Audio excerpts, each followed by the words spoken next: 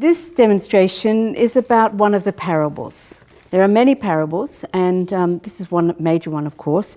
We call it the forgiving father, which is the same as the prodigal son, but it's focusing on the concept of God being a forgiving father. So, of course, tradition has given the name prodigal son. It's not actually, he was a prodigal son, and that the definition of prodigal can be discussed, but there was also the forgiving father.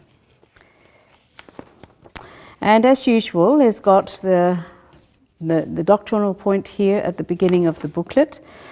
Through the parable of the forgiving father, or the prodigal son, Jesus teaches us that God is like a merciful father, or is a merciful father, who is always ready to forgive a repentant person.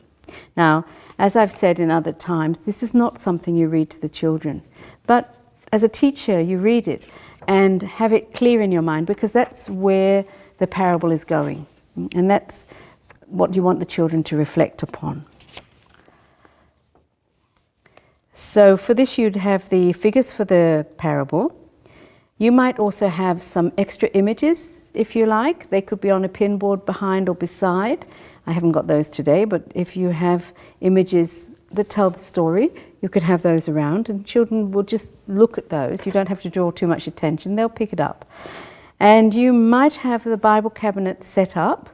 Often the Bible cabinet, which I'll present in another presentation, will be a part of this classroom furniture, and you'll refer to it many times briefly when you're presenting different parables or the stories of the life of Christ. You will refer to the Bible, Old Testament, New Testament. It's quite good to have the Bible close by. And of course you have the candle. And there are more figures in this particular version of the forgiving father.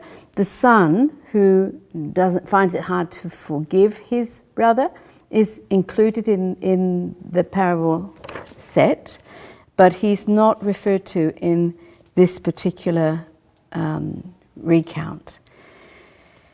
That's kind of extending the story further, so he might appear in an account that's done for, say, year 2 or year 3, but not for kindergarten or year 1. Here we go. We've got 2 settings. The setting of the pig farm, and the pig farmer is there, and here's a kind of a setting that can be used for the father's home. Today we're going to listen to one of the most beautiful parables that Jesus told to explain God's love and forgiveness. Sometimes it's called the parable of the prodigal son, but it's also called the parable of the forgiving father.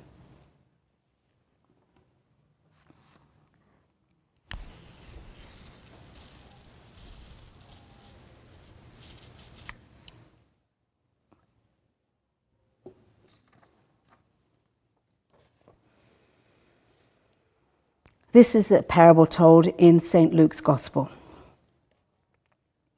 Now, all the tax collectors and the sinners were coming near to listen to Jesus, and the Pharisees and the scribes were grumbling, saying, "This fellow welcomes sinners and eats with them." It was then that Jesus told them this parable. There was a man who had 2 sons.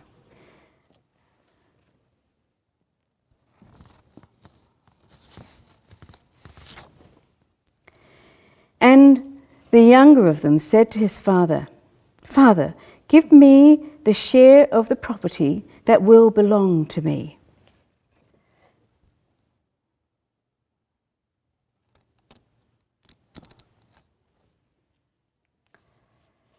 So he divided his property between the 2 of them. It was a few days later that the younger son gathered all he had and travelled to a distant country, and there he squandered his property in wild living.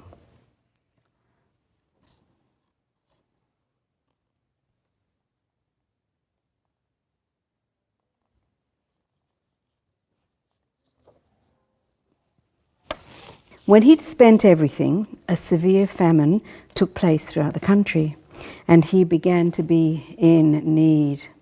So he went and hired himself out to one of the citizens of the country, who sent him to his fields to feed the pigs.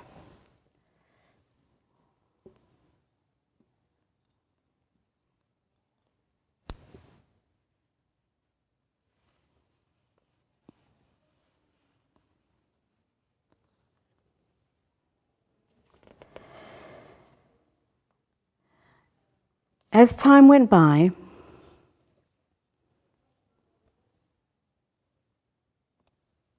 he began to be in need.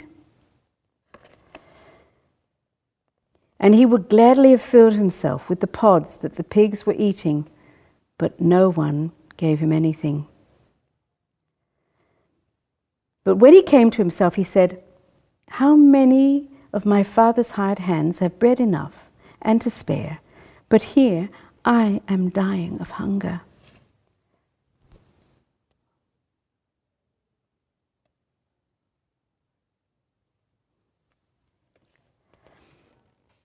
I will go to my father and say to him, "Father, I have sinned against heaven and before you. I am no longer worthy to be called your son. Treat me like one of your hired hands." So he set off and went to his father, and while he was still far off, his father saw him.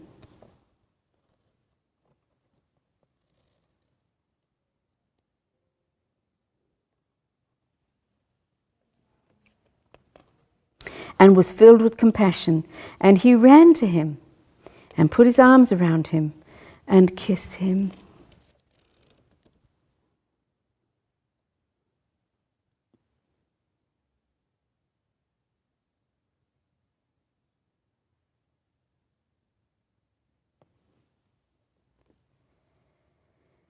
Then the son said to him, "Father, I have sinned against heaven and against you. I am no longer worthy to be called your son."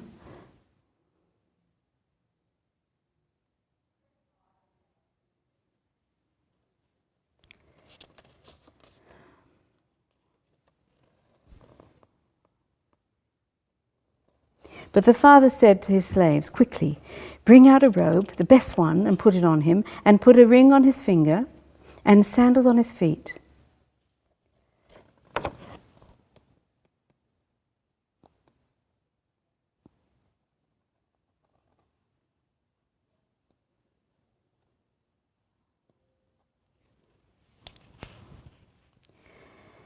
"And get the fatted calf and kill it, and let us eat and celebrate. For this son of mine was dead and is alive again. He was lost and is found." And so they began to celebrate.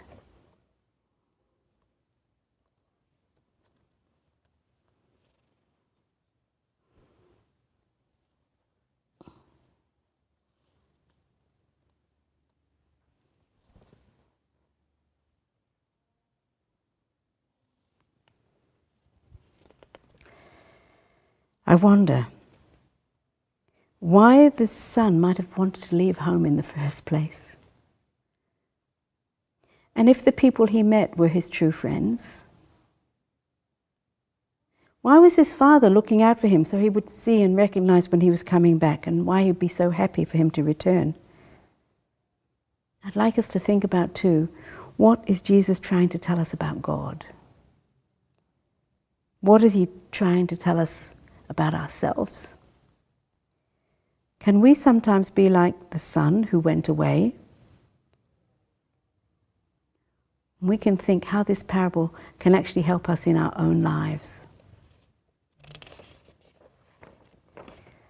And then, as usual, there are choices, and it's good that the children have time to respond. They love working with these figurines. There are never enough of them, because I chose this time to actually replace the son, poor and wounded, with him as he was before. But of course he's looking arrogant here, and for sure he is no longer arrogant. But that's just a little experiment I did there this particular time. And anyway, regardless, the children will enjoy working with the figurines, and then perhaps doing a storyboard, drawing a storyboard, doing a little play. There are plenty of little skits out there. If they're a little bit older, they'll be enjoying that opportunity as well. Some simple craft activity perhaps, and then of course spending time in the prayer space.